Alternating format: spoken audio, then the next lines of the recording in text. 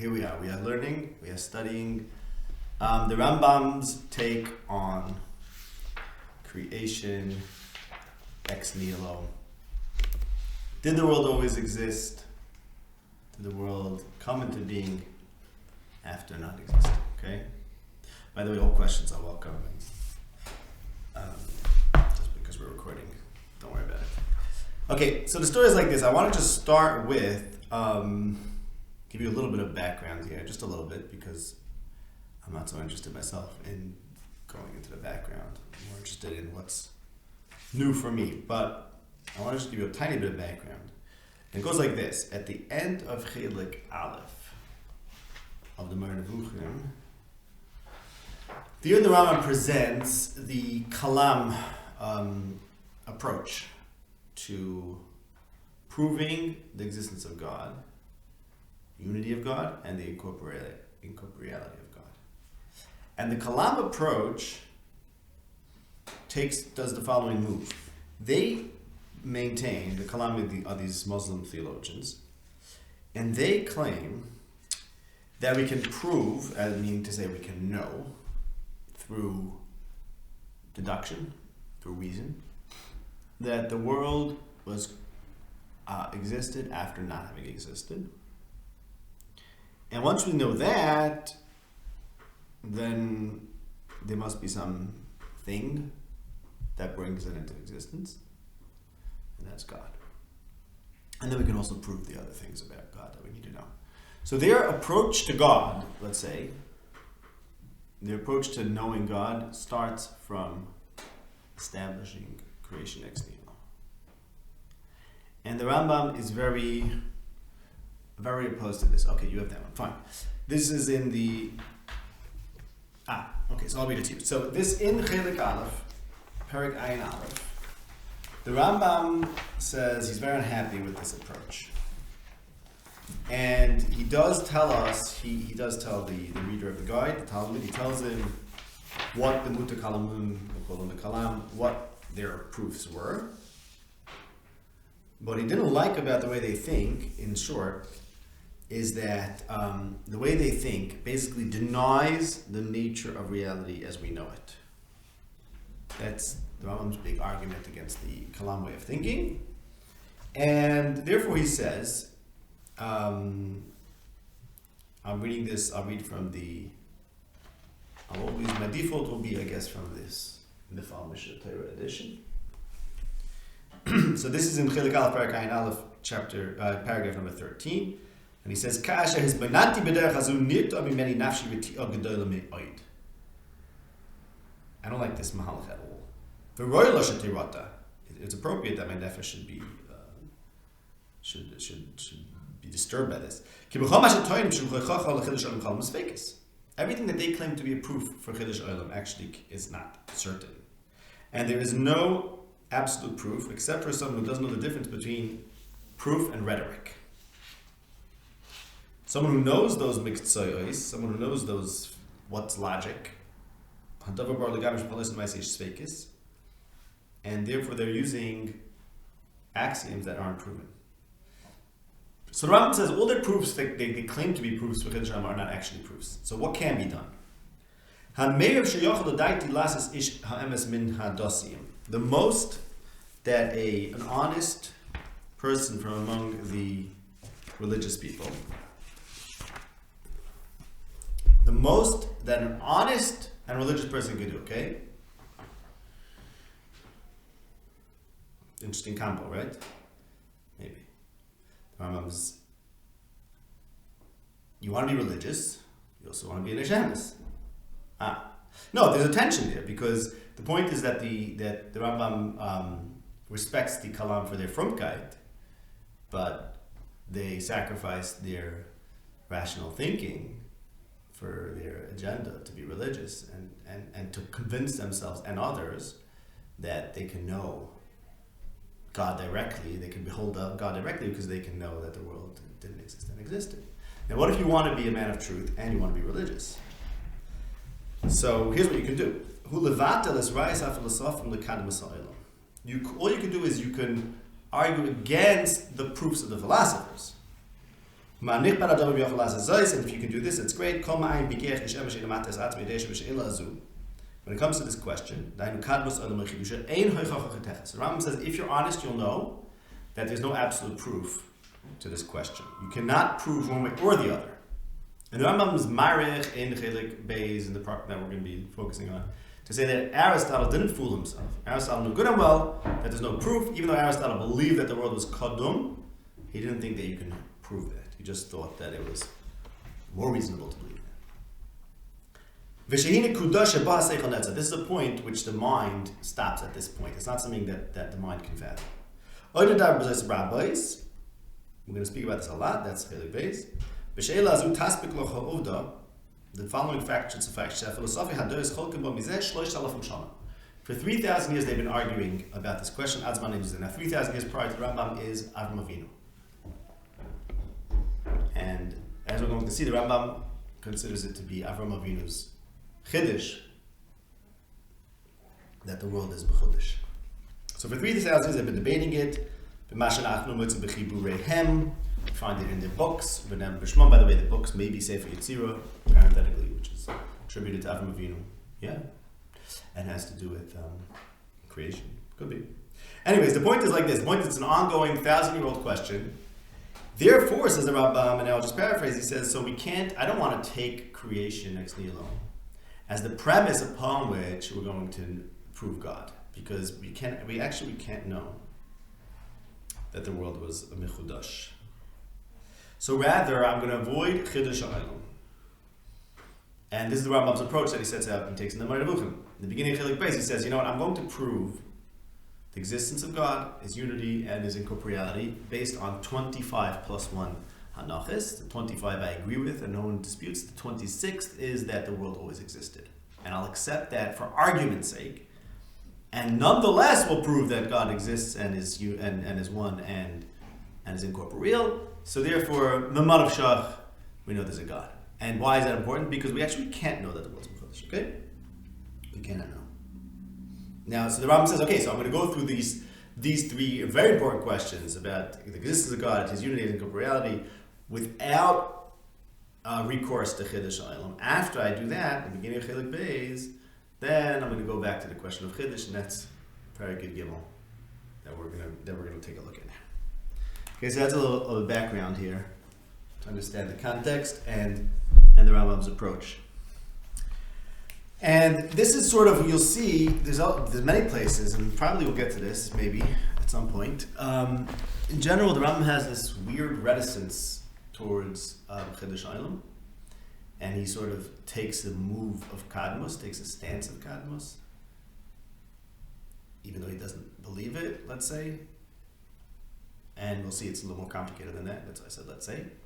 But that's something he says explicitly in the Moreh, that he's going to do that move, that disputational move, whatever the word is, philosophical move, that I'm going to work with the conception of Kadmos, and I'm not going to hang everything on Chiddush, because in fact not everything does hang on Chiddush, and less hangs on it than you think, and Chiddush itself is something which we can't know, so I'd rather know what I could know, and also believe in Chiddush. Now, why do we believe in Chiddush? Do we believe in Chiddush? That's what we're going to get to now.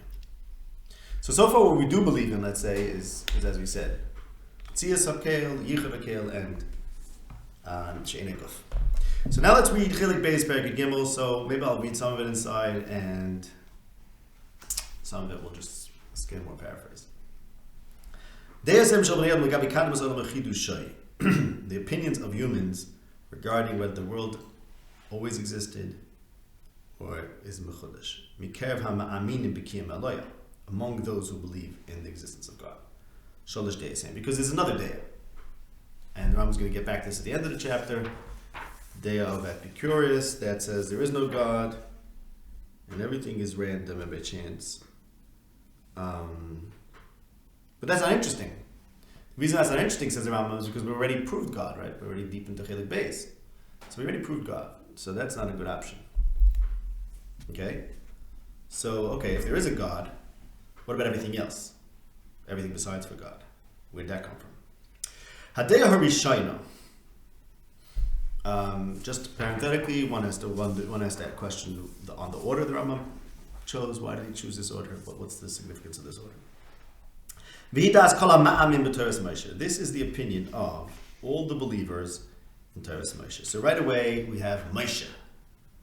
Rambam mentions a figure who he's going to mention again and again among two figures, Moshe and Avram, in the context of this discussion. It's always going to be about people. See, we're talking about a belief over here that you can't reach this belief through pure thought, pure reason. So it's going to end up being something about some element of authority, political leadership, right? If we're not talking pure philosophy, what is it? And that's why these people are going to figure very, very often. The Rambam's two favorite people, probably, Moshe and Avram, and right away Moshe gets his appearance in the first line. It's not just the believers of Torah, it's those who believe in Torah as Moshe. So this has to do with the Gavra Moshe. The world in its totality,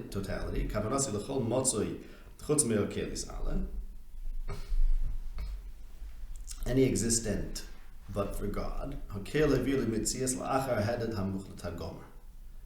God brought it to existence after it was absolute and completely non-existent. And God alone existed with nothing but for him.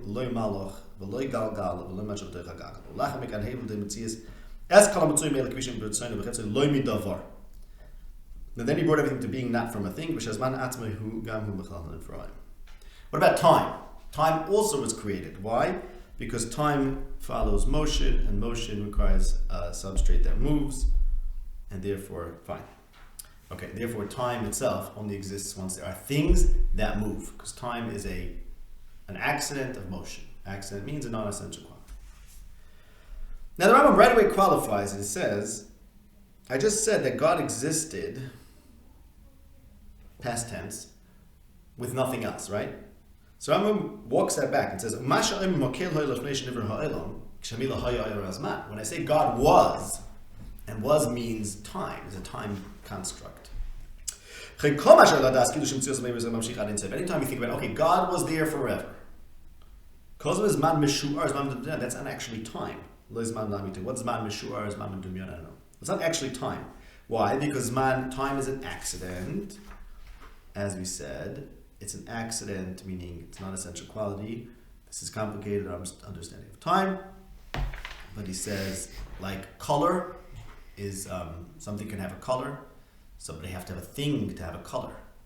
So to time, you have to have motion in order to have time. And then he says, I'm going to explain this to you, even though it's not the point over here. Now, red flag, when Rambam says not the point, that means he's telling you something very important.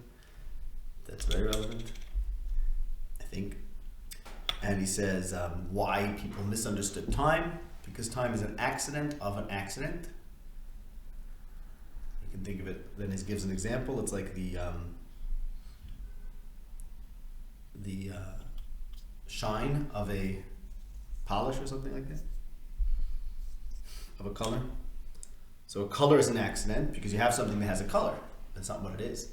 And then that color has a shine to it. Okay, plus the underlying thing is in motion, it's changing, so it's a very elusive concept, time, to understand properly. Galen did not understand it. Galen, Rambam loves to hate Galen. He's not a philosopher, he's just a doctor. Okay? But the point is that time is created, and therefore, God didn't bring the world into existence in time, because time itself was brought into existence. And there wasn't time prior to the world, because if there was time prior to the world, there has to be things for them to be under time, and that's what we're avoiding. So I want to read this last sentence here. This is one of the opinions.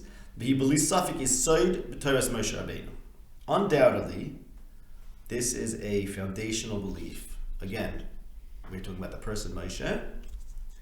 It's second to the principle of yichud. Okay, now what does that mean? In other words, it seems to be saying, okay, well, God is one, God exists, God is one, God is also incorporeal. But you know, we have to put in Chiddush Olam comes after Yichud, I guess before incorporeality. Why is that? What does that mean? What does he mean by that? What's this ranking? Al yala adaitcha acheres. Now he cautions you not to think otherwise. Okay. And now he brings in the other figure that he's going to reference very often in these prakim, and that's Avram Avinu. His chilapasmus adei azos. So Avram Avinu was the first one to make this a thing. Now, how did Avram Avinu know this? How did Avram Avinu know it? Avram Avinu reached his conclusion through Eon. Remember, the Rambam says you can't know this. You can't know it. But maybe you can nonetheless consider it to be more probable.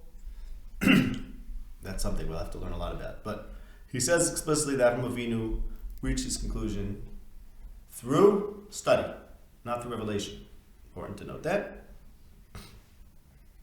And that Avram Avinu was the first. So this is a very Abrahamic idea. It's very important. It's like what Avram Avinu is all about. He's going to come and teach Chiddush HaOlam, L'chein ha'yakari b'shem Hashem keil olam. So Rambam quotes this pasuk. This is a very, very important pasuk. The Rambam begins all this farm with this pasuk, b'shem Hashem keil olam. And somehow this pasuk, which just means Hashem is the God of the world, somehow this pasuk means that the world is mechudesh. So I'd like to understand why that's the case. And then he says, it's another pasuk where Hashem is the master of heaven and earth. That also somehow tells us that heaven and earth didn't exist forever.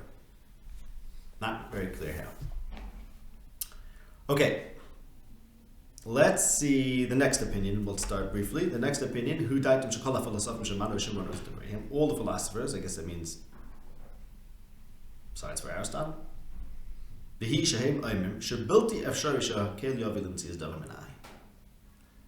This whole business of something coming from nothing is impossible, even for God. Also impossible is for something to cease to exist. And they say furthermore that to talk about God being capable of doing this would be the equivalent to saying God can do two opposite things. Something be the law of contradiction, right? That something could be two different opposite things at the same time, or that God could create another God, or that God could turn himself into body. Basically, there's this principle that certain things are fundamentally impossible. And that's fine. And that's okay. No one has a problem with that. The Rambam says explicitly in numerous places, in Gimel Tezvav, the impossible is impossible, and it can't be changed. So the philosophers say that it's actually impossible for something to come from nothing.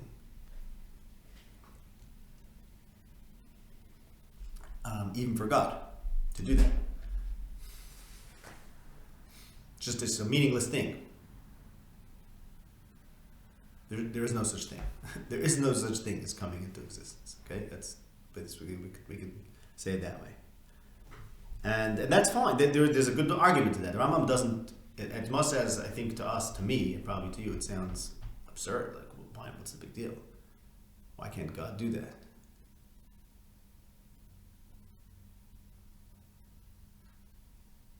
Yeah, no. Seems like the easiest thing for God. Create? Yeah, I mean, let's say there's a certain quantity of matter, right? Okay, so God can't make more matter. Why not? Why is it so short? Yeah, okay, so they're saying there is no such thing. That's the point. That's the way you have to think about it. It's only because we're used to the concept. They say there is no such concept of things coming into existence. It's just, there is no such thing. Do they start from that side, or do they start from believing in Congress? Well, okay, we'll soon see. This is something we have to think about. This is something a very interesting question. Why did they reach a conclusion that it's impossible and we think it's possible? What's that about? I'm going to talk about that. What position? What's your starting point that's going to make you say it's impossible? what we're going to see, hopefully, tonight is that it's sort of like this. If you take existence as we know it as your guide to the rules of what can be, then everything comes from something. Yeah, everything comes from something. Then this is just an absurdity. Then it's an equal absurdity. It's like non-existence is an absurdity, right? They say that things cannot turn into nothing, right? That's another way of saying that non-existence is an absurdity. Just because we can imagine it, maybe, doesn't mean it's not absurd. There's just no such thing. That's not one of the options even. So non-existence is an absurdity, and so is existence other than an existing existence. I mean, it's a bad way to say it, but a permanent existence, let's say. Okay. So it's not an unreasonable approach, and this doesn't take away from God, God's greatness. Although the Rambam is going to tell us that it does, but conceptually, the idea that there are things that are impossible for God is okay. The Rambam accepts that. We'll soon see. And then he says the next thing. He says, just like we don't say God is impotent, we don't say God is impotent because he can't bring to existence things that are impossible. Impossibilities have a stable nature. The fact that something is impossible is not because God made it impossible, it's because it is impossible.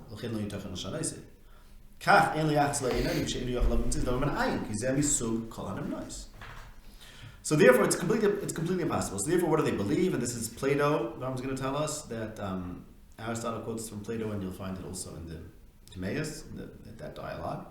Plato says like this: there is a certain prime material that always existed, right, with God, and it doesn't mean that it is God. God is the cause for it, but it always existed along with God. God always and forever caused it. What? But he's the cause of it? Yeah. Because of God's existence, it follows from God that there must be matter.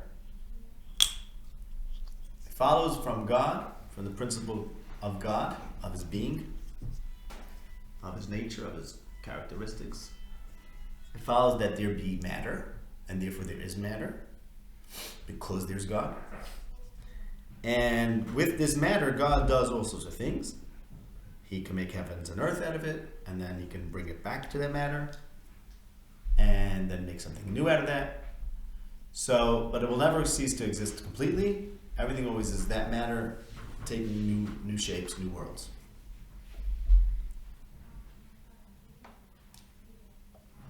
Rambam at the end over here says, people who don't study things well think that his opinion and ours is the same, but it's not the case. So that's interesting. What's that about? What's that mistake about? And we'll see Plato's model, Plato's cosmogony is not completely anti-Torah. Ram's going to say in one place. He's going to contradict himself about that. That's good. That's cool.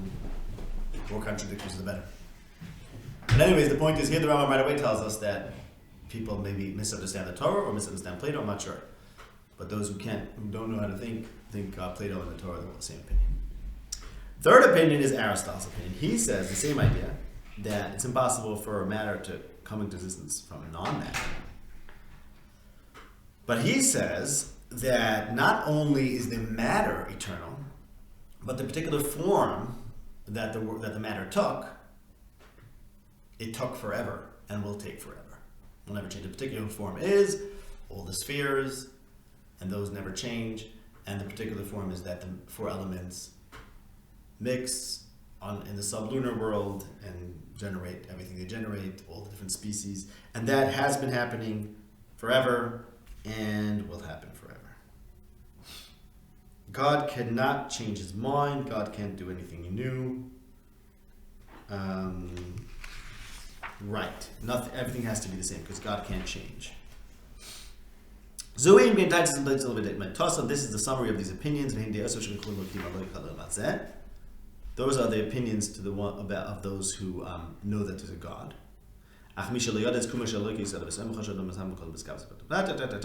Those like Epicurus who don't know that there's a God, as Alexander quotes, we have no interest in those opinions because we already established exists a God, and we don't have to mention the opinions of those who built their words on a foundation that has been abgefragt, hofrach.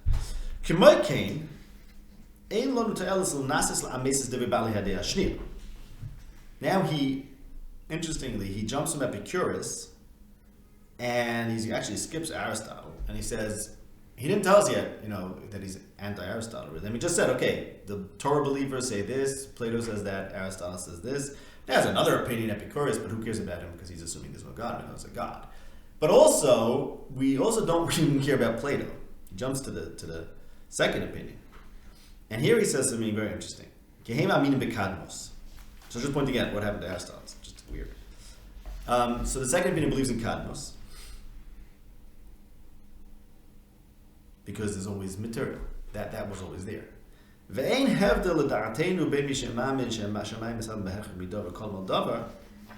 no difference in our opinion between someone who believes that the world, that the heavens come from something and go back to something.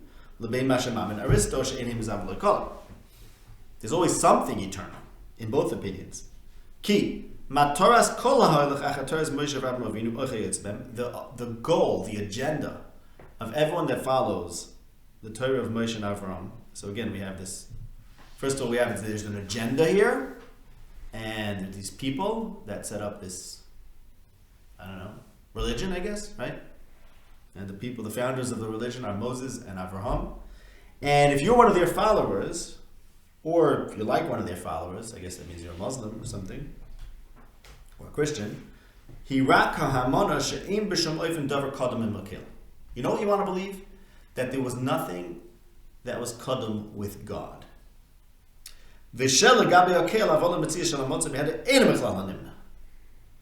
So if you're a follower of Moshe and Avram, you want to believe, your goal is to believe that there wasn't something that's kadam along with God, and that for God to bring something into existence is possible. And in fact, all of a sudden he gives a nod to the fact that some people do think it has to be so, even though he holds not, but maybe it does. And this is the Matorah. So right away we have an agenda, okay? An agenda-driven belief, right? It's very explicit. We have a goal. Our goal is to reach a certain belief. Even though he had a problem with the Kalam for the... No, because, right, exactly. Apparently then, reaching a belief does not mean reaching certainty. Okay? Just a word on this, if you want to talk about that. There's a famous problem here, okay? What's the word for belief over here? It's athkad, whatever it is. It's an Arabic word. Athkad. Very, very, very important Arabic word the Rambam uses a lot. And there's a whole machloikes. How should you translate it in Sefer HaMitzvahs? The Rambam says, Leida she'esh kamalek, or lahamin. Which one? Is it lahamin or is it leida?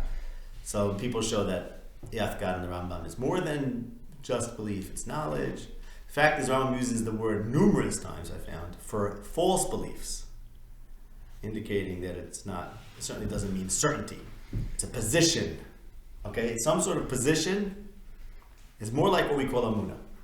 And yes, the Rambam is saying we can't know this, but we want to believe it. Now, what does that even mean, right? What does that even mean? We want to believe something that we can't know.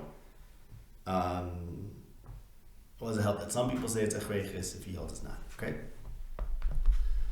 So, there's so much to crack open here, obviously. But what I want to start is like this. I want to start is, what's this question? Let's see if we can understand this question of whether it's impossible or not, okay? The philosophers say it's impossible. And as a Moses follower, or an Avram follower, we actually have a goal, an agenda, to say that it's not possible. So let's think about that, okay? Let's think about... Whether it is possible. Huh? We have a let's say that's possible. Not impossible. Not impossible, but rather possible. So what is this agenda, and how do we even approach the question? Okay, so I want to show you in Chilik Aleph, Perek Ayin Gimel. So that's a long parak. I don't know if you can find it there, but the Rambam over there lists the hanachist, the axioms that the Kalam set up, upon which they based their proofs. Okay, and the 10th hanacha asiris of the Kalam, is about possibility. They're very into this idea that anything that is whatever it is could have been different from what it is, okay? And the Rambam says they'll take anything and they'll say, look, this table could have been something else. There's no reason why it has to be a table, because everything is made up of atoms, everything is made up of the same thing. That's one of their crazy beliefs, that everything is made up of the same smallest unit, atomism basically. And if that, then it follows that anything could be anything, so the whole business that anything is different than from anything else indicates that there must be some will that makes it different, okay? This is the 10th hanacha. Then the Rambam goes into this business of possibility, okay? Now this, if you're able to see, you have it, did they tell you where the hanachas are? Okay, so what I'm reading now is right before the 11th hanacha. Right before the 11th hanacha, the Rambam brings like a conversation between a religious person and a philosopher. Because the Rambam is very struck by this business of possibility and how it's really a very difficult question. How do we determine what is possible and what is impossible? Some people might say something is impossible, such as yesh mi'ayin. And others would say it's possible. And in Chilek Gimel, Perek Tezvav, the Rambam says it's really not clear what the metric is. Imagination, whatever you could imagine, why should that be the metric? So it's whatever you can reason. So he says, well, this is a Chilek Gimel, Perek Tezvav. He says, well, some things people will say that's not your reason, that's your imagination. So how do you know the difference between your reason and imagination? Is there a secret third thing that tells you what's reason and what's... The Rambam's like, blows it open. He really does. He leaves it open. This whole business of determining what's possible. So this is something he gets back to in a few places. Obviously, it's a very interesting question. And this one I want to read to you is like this. And it has a lot to do with what we're studying right now. We have an agenda as followers of Moshe and Avram to believe something being possible for God. So this is the end right before the 11th hanacha there. The Rambam says there has to be something that determines what is possible, what's not possible. It can't be the imagination. Okay. His boinen imkin atam ma'ayin re'eshin loitzu der shel ian omok. We just developed a new field or a new way of thinking about something. Certain ideas, certain notions, someone will claim that they're reasonable. Another guy will say, no, that's just your imagination speaking. So we would like to find something. So how do we know what's reason and what's just the imagination? You know what the philosopher says? Hametzias AD. Reality is my witness. You know what I consider? You know a metric of what must be and what can be and what can't be? Existence. So he takes existence, and that's his metric for what can be. Very reasonable. The religious person says back to him, Al well, that's what debate is. The whole debate is about that.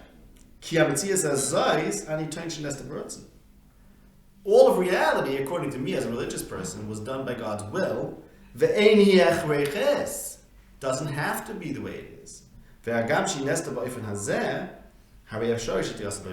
though it was done in such and such a way, it could have been done in a different way. You'd have to have some reasonable argument that it's impossible, but you can't base the fact that your consideration that it's impossible on the basis of reality, because as a religious person, I maintain that reality itself was just selected to be a certain way by God. It could have been differently. Okay? So you see a fascinating thing. Now we have the Rambam positioning a philosopher vis-a-vis a religious person, right? And it's very important. Rambam's calling him a religious person. And this gives us a sense, I think, of what the Rambam is doing in this parak by talking about the founders of religion. The religious person, he decides, he makes a decision, let's say, and unlike the philosopher, and I think at this point let's call it a decision, an arbitrary decision. Not to be limited.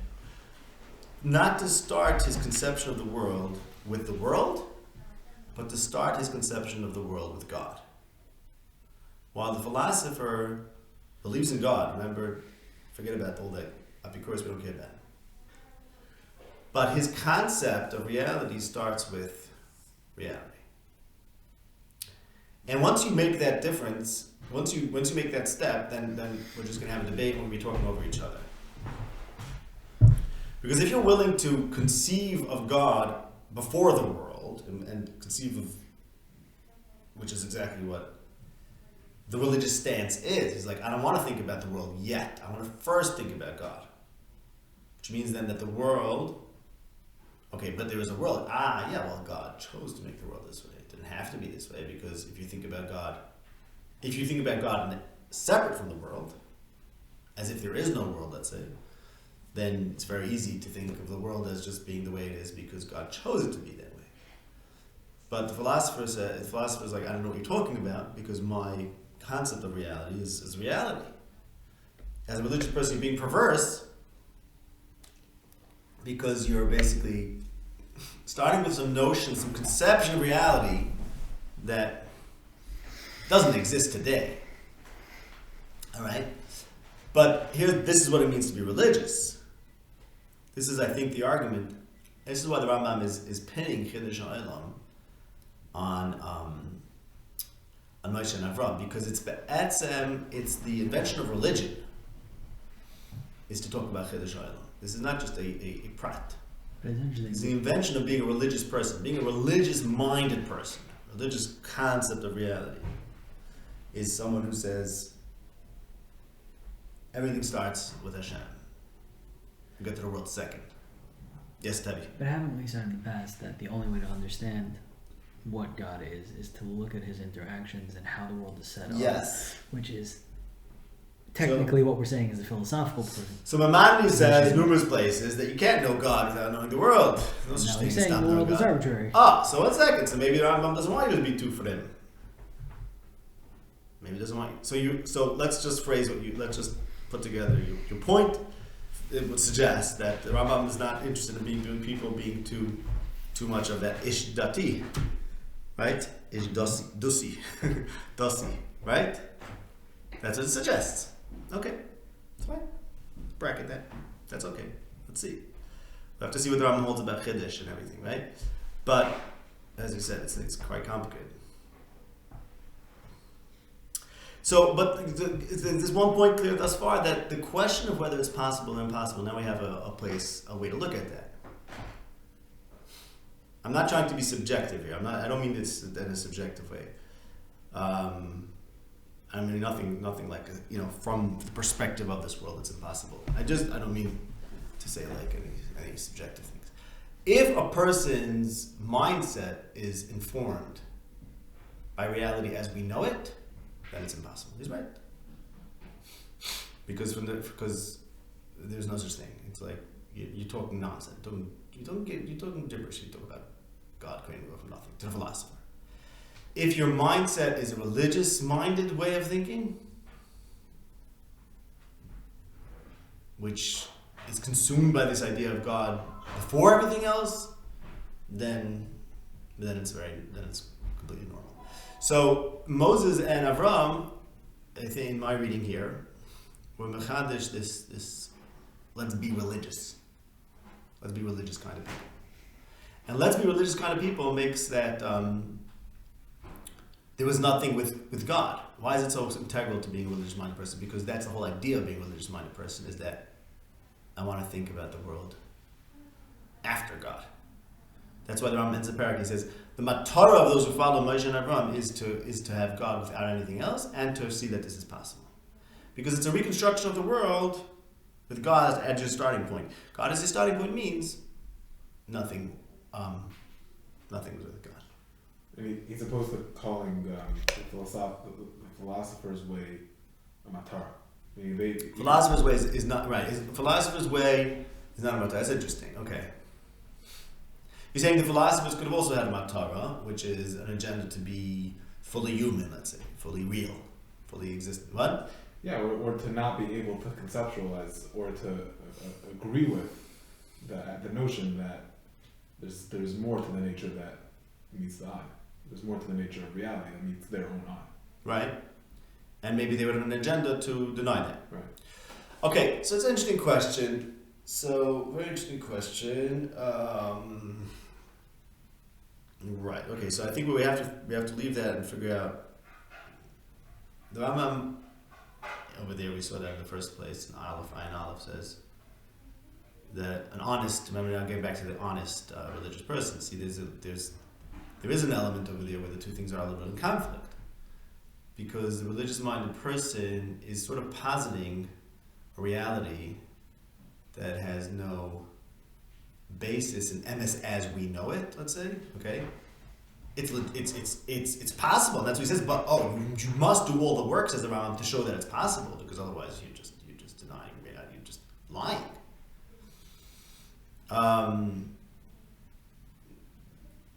So that's your emesness, is that it's possible.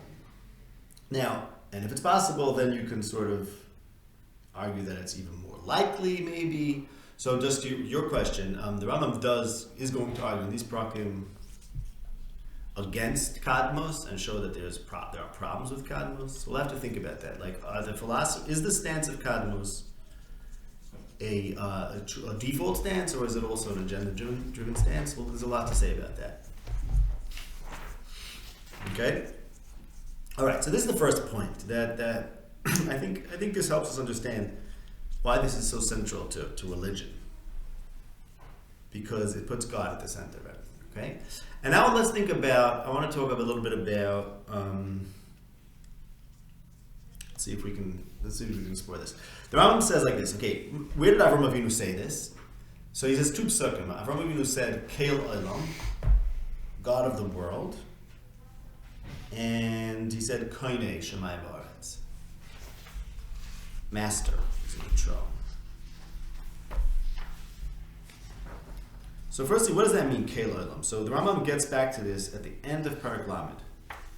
Chelik Beis Parak Lamed is the parak where the Rambam goes through Ma'aseh Bereishis. That is to say, Parshas Bereishis. And at the end of the parak, he comes back to the question of Kadmos and Chiddush. And he says there are four words that are used when the Tanakh talks about God's relationship with heaven and earth. And those are Bara, Asa, Kana, and Keil. So God was Bairi Shemayim V'aretz, he was Asa Shemayim V'aretz, he's Kaine Shemayim V'aretz, and he's Keil, or Lekei Shemayim, Lekei Ha'aretz. Now what does that mean? What does it mean, Elokei? So the Rambam says that indicates his perfection vis-a-vis their perfection. Ki hu Elohim, k'lemer manig v'shoifet, v'hem munhagim. He is the manig and they are munhag. Tabi is on page 201 in that. If you're, Elokei Hashemayim indicates that God is perfect, and it tells you something relative between God's perfection and the perfection of heavens and earth. He is the manig and they're the munhag. What does it mean they're the munhag? Not shlita, because that's what kaine means. So what it means is that his position in reality and their position, he is God and not them. So keil olam means Hashem is God. Hashem keil olam means Hashem is God of the world, and the world is not God. So it's a way of deifying, undeifying, whatever, the world. Okay? How does that tell you that the world is created? The Rambam says the pasuk of Hashem Keil Olam is the pasuk of Chiddush. And here the Rambam tells us that Keil Olam tells us one thing. that there's God in the world, and he is God, and the world is not God.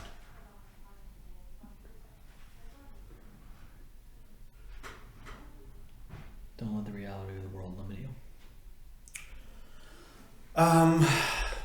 Would it be God? Your conception of God is limited by the Maimonides. Right. Unhogim. Right. Okay. So let's think about it. Yeah, there's something, you're onto something there. I was going to say a little approach from a different angle, but I think it all comes together. In Chelik Beis Perek Gimel, the Perek we're looking at, the Rambam says that it's very important, let's say the end of the Perek, he says, very important to say that there was nothing kodem with God. Now, in the beginning of the Perek, he told us that God is not subject to time. Okay? So, if God is not subject to time, because God doesn't move, then let's say the world was kodem. Let's say the world always existed. It didn't always exist with God. Because God is not subject to time.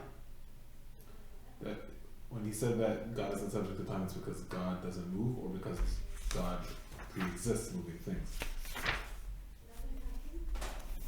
Well, I'm arguing that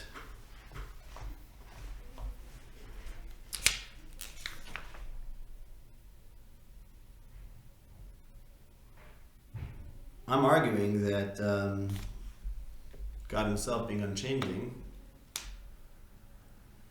is not subject to time regardless. He does talk about time being created more. He does seem to be stressing that. But basically what I'm saying is you cannot talk about simultaneity. Like the Rambam says in the end of the paragraph, we want to make sure there's nothing simultaneous with God. Well, nothing is simultaneous with God because God is not under time.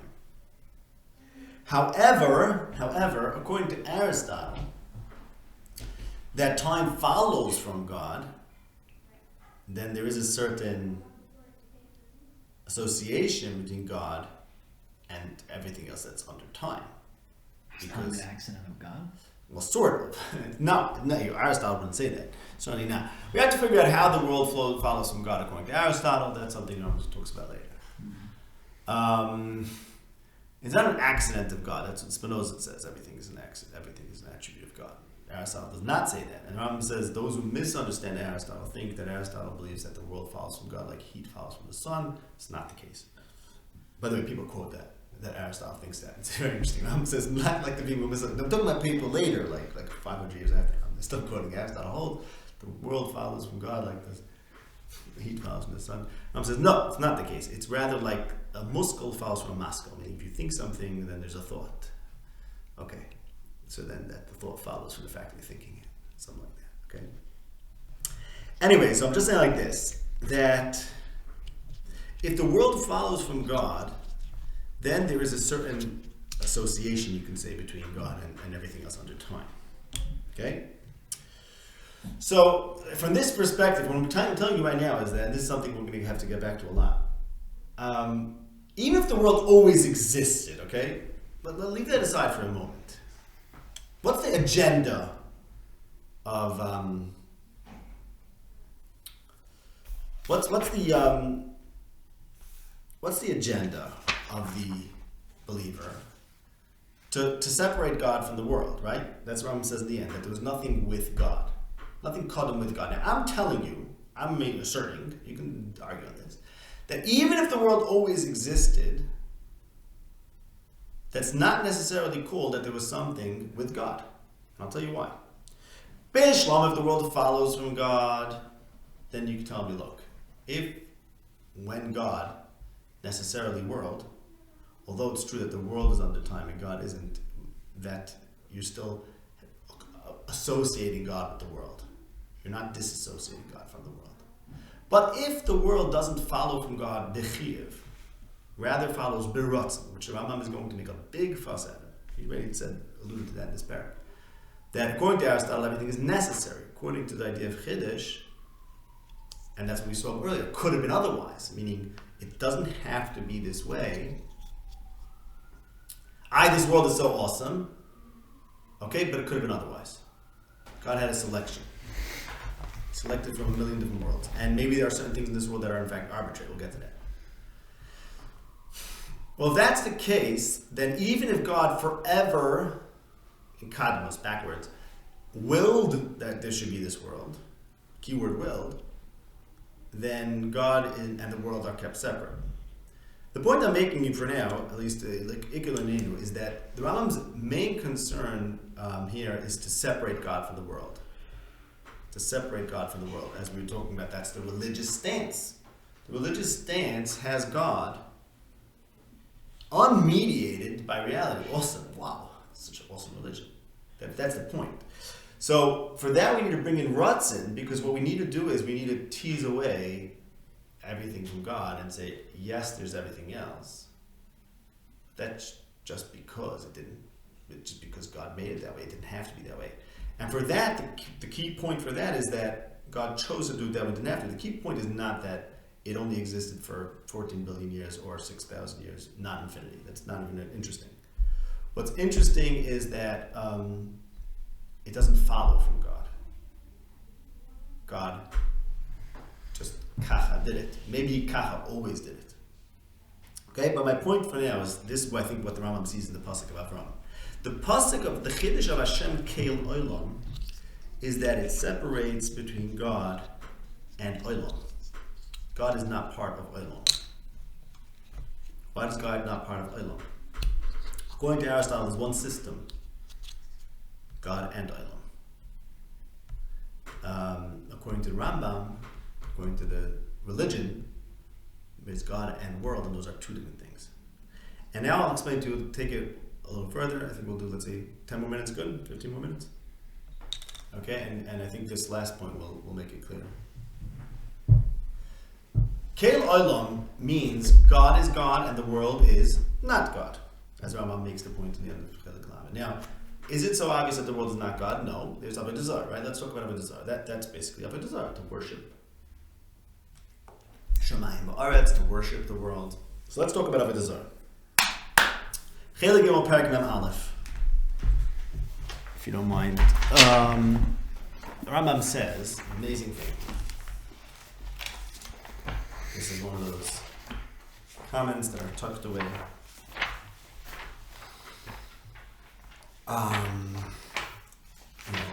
Where you least expect them, and so important.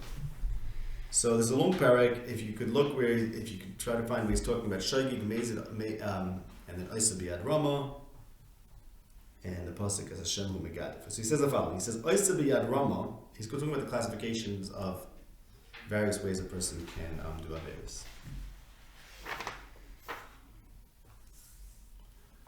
So Isa Biyad Rama means like this: is a mezid u'mischatzif and meiz panim and over avim for hesya. He doesn't do an avim with pure taiva or just because he has bad midas, rather because he's opposed to the Torah. And that's why it's called the Hashem Hu Megadif. Hashem Hu Megadif because he's doing an avera out of a position that's antithetical to the Torah. Not just that he wants something or has bad midas, but rather he's opposed to the Torah's agenda. That's why you kill him. Why does he do this? Because he has an opinion. He reached a conclusion different from the Torah. That's why Chazal say ba'avodah zarah kas medaber. You know why the pasuk Isa Biyad Rama Hashem Hu Megadif is avodah zarah kas medaber? Because really, Ha'esh Asher Yaseh Biyad Rama and Varashem Baza means he's doing something that's anti the Torah in general. And Avodah Zarah is anti-Torah in general. Ki hi hadea ha'oyeves li'yesod ha'Torah. The opinion of doing idolatry, the action of doing idolatry, contains within it an opinion. That opinion is opposed to the foundation of the Torah. Ki me'olam le'avad koichav ela ha'ma'amim b'kadmusai. No one ever worshipped the star except for someone who believes in kadmus. K'moshe bi'arnu kama pa'ama b'chibureinu kama b'kama b'chibureinu. I know of none. What the Rambam tells us is big secret. Big Yisod. Chibureinu would have to mean Pirush Mishnayos and the Mishnah Torah. I don't know this from anywhere, so it's a big mystery. That nobody did Avodah Zarah except for believing in Kadmus of the star. Now everyone knows the Rambam in Avodah Zarah Parak Aleph. Yeah, well, let's review it. Anyways, Chelik Aleph Parak Lamed Vav in the Moreh Nevuchim. Chelik Aleph Parak Lamed Vav in the Moreh Nevuchim does the same thing, gives us the same theory of Avodah Zarah that the Rambam gives in Avodah Zarah Parak Aleph.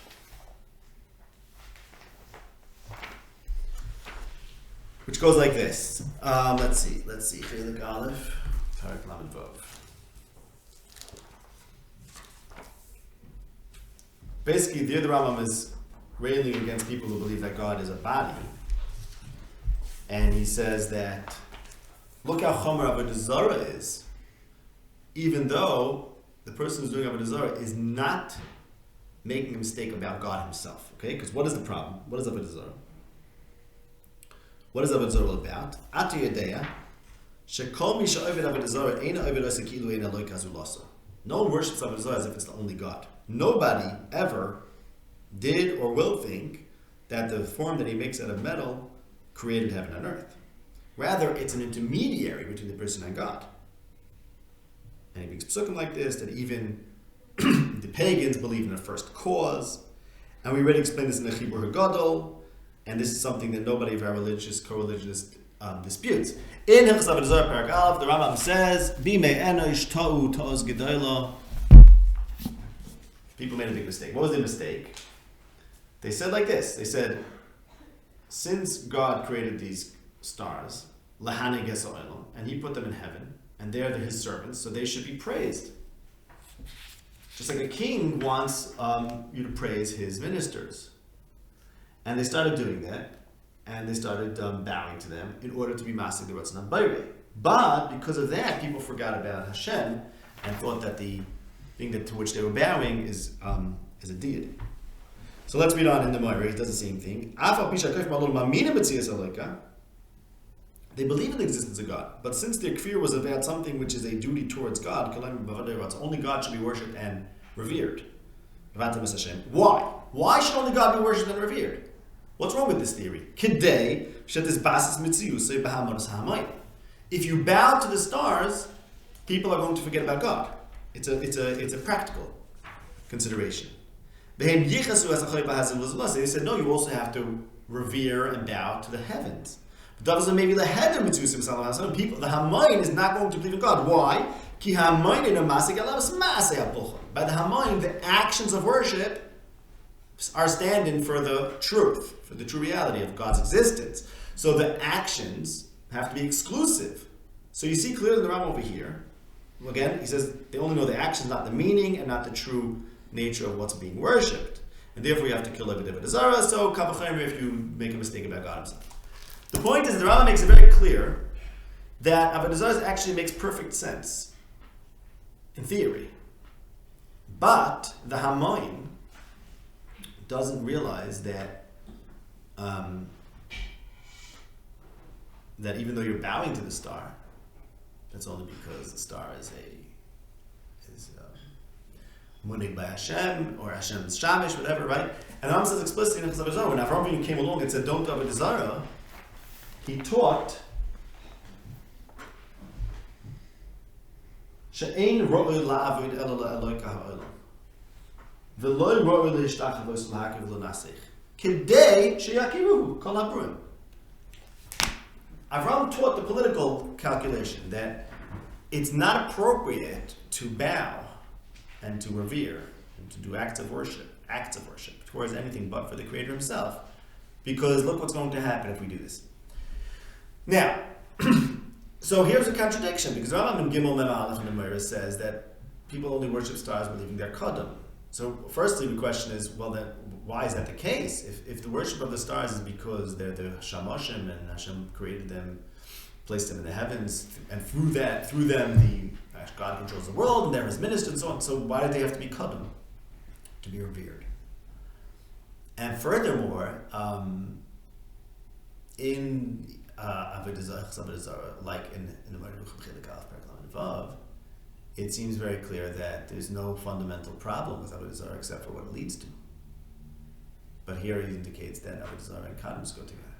Okay, so I want to give you I think a little bit of an answer on this. Let's putting this together. Okay, no one does Avodah Zarah except for believing that it's Kadam. And yet the Rambam as being the big anti-Avodah Zarah. It's one of the, it's the fifth of the 13 Iker, is that one shouldn't do Avodah Zarah. And the Rambam's very into this. It's the Yisod HaTorah. But the Rambam also tells us Avodah Zarah is not what we think it is. It's not stupid. It's actually very rational. It just leads to mistakes. Okay? So how can that be if Avodah Zarah is based on Kadmos? The answer is Rambam is accepting Kadmos. That's what it seems, right? That's what it suggests. Now, I want to tell you what that means. Let's think about that first of all. Like, what does Rambam mean when he says you can't worship a star if you don't believe in Kadmos? Well, why, right? So here's what it means. Let's say you're a religious guy, and you know what I mean now when I say religious guy. You think of the world as, God made it. You're always thinking about Yesh Mi'ayin. So the guy that's revering the star, it's a joke. You laugh at him like Yeshaya laughs at the people that are doing Avodah Zarah. Like Yeshaya laughs at the people with the psalim, basically. So you laugh at the guy with the stars. Why? Because you know that the star is mamish, like a pestle. Punk, there's a star there. It didn't have to be there. It could have been somebody else. It could have not been a star. We could have gotten our energy and light from non-stars, whatever. We could have thrived in the darkness. Everything can be fakir, mamsha joke. So what are you revering something? It's a mamsha joke. It's like tzonis, if you're a religious guy. But the thing is that this religious guy is actually missing something, because you're being very frum. But when you're too frum, what happens is you basically deny reality. And here, let me tell you, this is something we're going to have to get into more. The Rambam Lemaisa, his punchline in Chelik Beis Paragraph Test, one of his punchlines is, we're moided to Aristotle halfway. Now, I don't like this. Aristotle says the world always existed as Kodum and it's Nitzchi. It will always exist in the future. Lots of people think, says the Rambam, that if we think the world is Mechudesh, that means that the world will come to an end. Taka, lots of people think that. Lukabom think that, whatever. Aristotle himself said the two things go together. Kolam Mishave Kolam. If it comes into existence, it has to cease to exist. Rambam says no. We're Moidel Aristotle B'mechza. Rambam himself holds that the world is brought into existence, but now will exist forever. Now, you understand, now you have to realize that this doesn't just mean Punk Rambam holds it will exist forever. It means that Rambam is only this religious guy, this Ishdasi, from a certain perspective. But after the world exists, he's a philosopher like the rest of them. Okay, now I'm saying in short something that requires a lot more. Ravichas, my shir I gave to the Habura, was about this, right? So it was about this thing. The Rambam is a half philosopher and half Ishdasi, essentially. So basically like this. Let's say the argument you wouldn't worship a star unless it was Kadam. Mikey Stone gets credit for being right at this point to me. He said, well, okay, fine, whatever the Rambam is saying, if it's not Kadam, why are you worshipping it? Like if it's a contingent being, you shouldn't worship it. But according to the Rambam, it will exist forever. So it's not a contingent. Yeah, it was a contingent being, but right now, this is the actual game in town. Not the only game in town, it's the forever game in town, according to the Rambam. So what do you mean you wouldn't revere it? So I want to suggest you would. You actually would. And when the Rambam, that's why Avodah Zarah is not as crazy as you would think. Because from the perspective of Nitzchi Yisrael, Nitzchi I'm calling existing into the future, it actually makes sense to do Avodah Zarah. But the purpose of religion, qua religion, it's good to be religious. So what that means is that it's good to have a stance that this whole thing's like tzanis. So you see? So Keil Olam means God, Hashem is God, the world is not God. Now the world is not God. What's the Hamid the world is God? I'll tell you what the Hamid the world is God.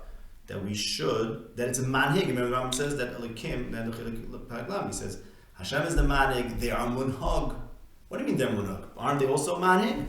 Because Hashem put them there, as he says, he starts in the Chazabah, Hashem put them there, lahanig es ha'olam. So, are they manhig or are they munhag, right? Like everyone always says, oh, they don't have their own power, it's only, right, that whole dray. That's exactly what's going on over here. Do we look at them as manhigim or do we look at them as munhagim? From the perspective of the religious guy who says, well, this whole world and everything in it could have been differently, so let's just treat it as completely arbitrary, then they're munhagim. But from the perspective of the philosopher, they're manhigim, and from the perspective of the Rambam, they're actually somewhere in between. I mean, you have to think about this. When does he switch? No, who? The Rambam. So the thing is that, I don't know, you gotta do both. I don't know.